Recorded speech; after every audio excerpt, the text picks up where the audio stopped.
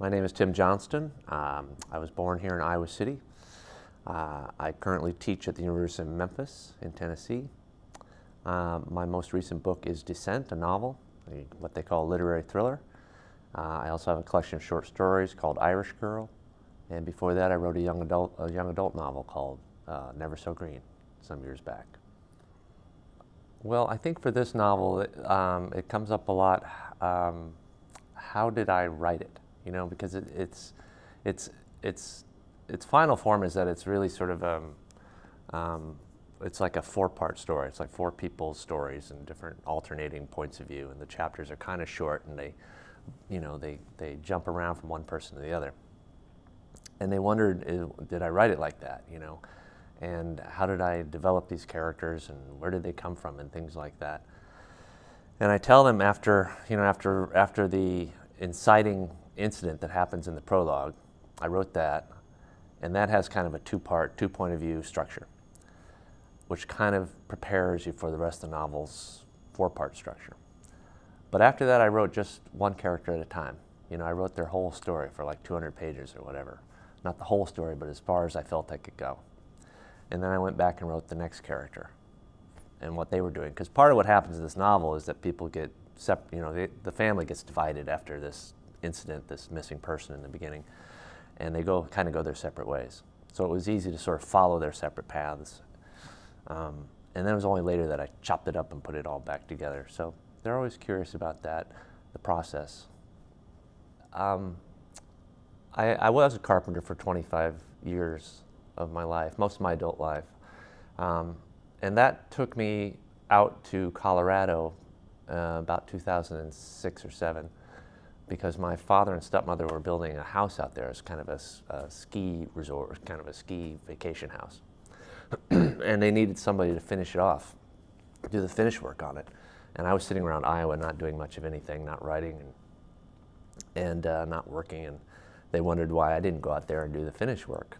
And ultimately they sort of talked me into doing that. And so I loaded up my tools in my truck and I drove out there, and I was up in those mountains all by myself for weeks and weeks and months, and actively trying not to write. I was just going to be a carpenter, and by and by these characters started coming to my head, and they were people who had come up to the Rocky Mountains from the Midwest like me, and by and by it was like, all right, I'm just going to take a moment and get this out of my system. And I started writing and kept going. And so literally, if I'd never gone to the Rocky Mountains, I would have written something else eventually, but not this story. It was carpentry that took me out there. That's great.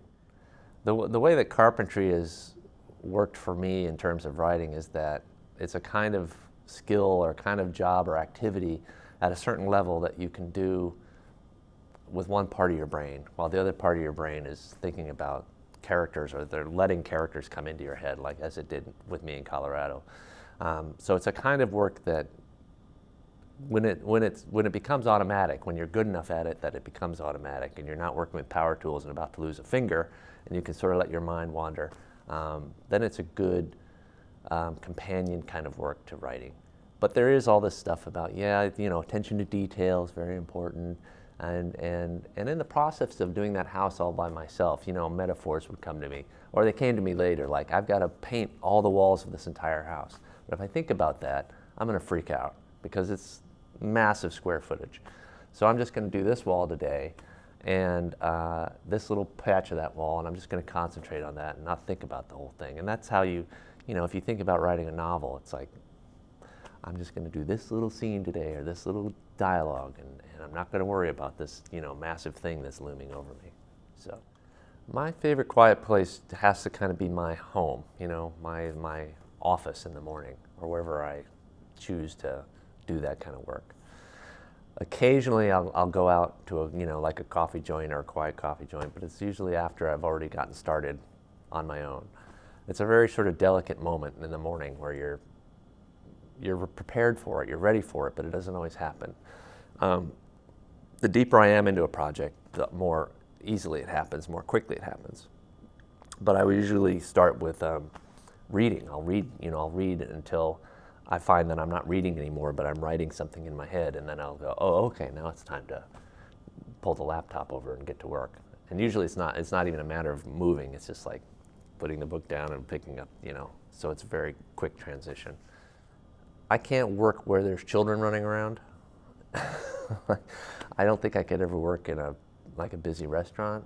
A quiet coffee place sometimes, and I always have headphones and I'm always playing like some white noise at the top of the volume, but I kind of like the energy of people moving around and other humans, because sometimes you just get so isolated, and it's a nice sort of break. But generally the best work gets done when I'm just completely in my own space.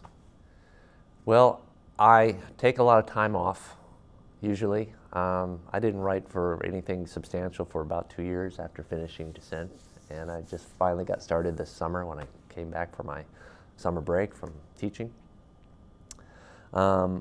Reading is always recharging. I think anytime I'm reading, that's part of writing. It's such a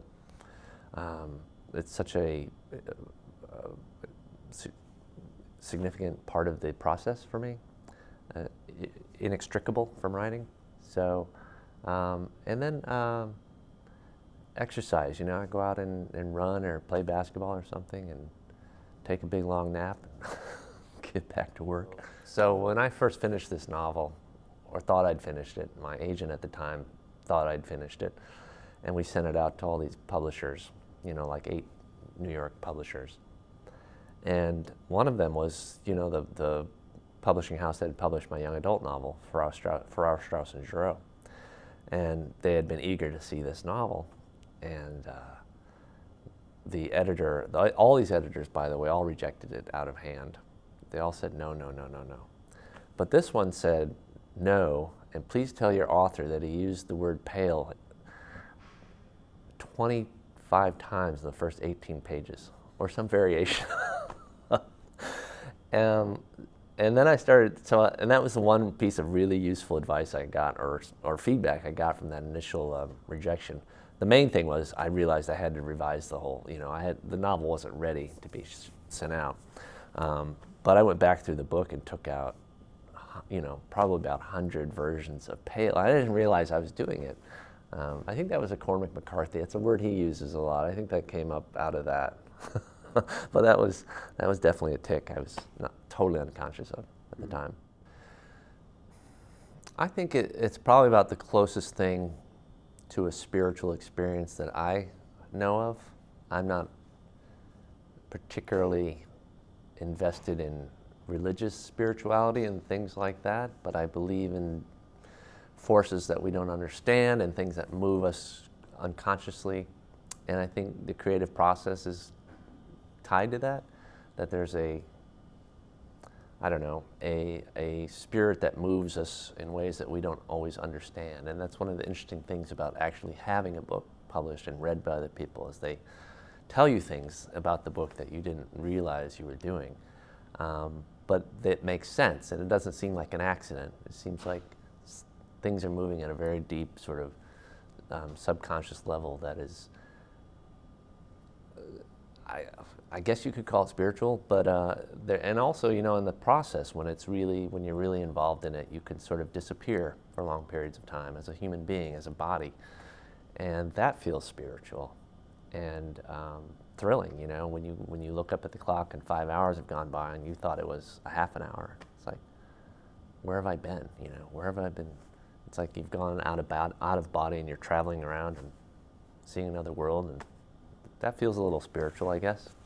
You're not a writer because you want to write. You're a writer when you do write, and you write every day, or you're thinking about writing every day. Because I don't write every day, so I can't call that a requisite for being a writer. When you're thinking about it every day, you're reading. It's the thing that preoccupies you most, and I think you're a writer. And I don't think you're a writer because you get published. I think you're a writer because you never give up. That's the thing you do, and you want to get better at it, and you keep doing it.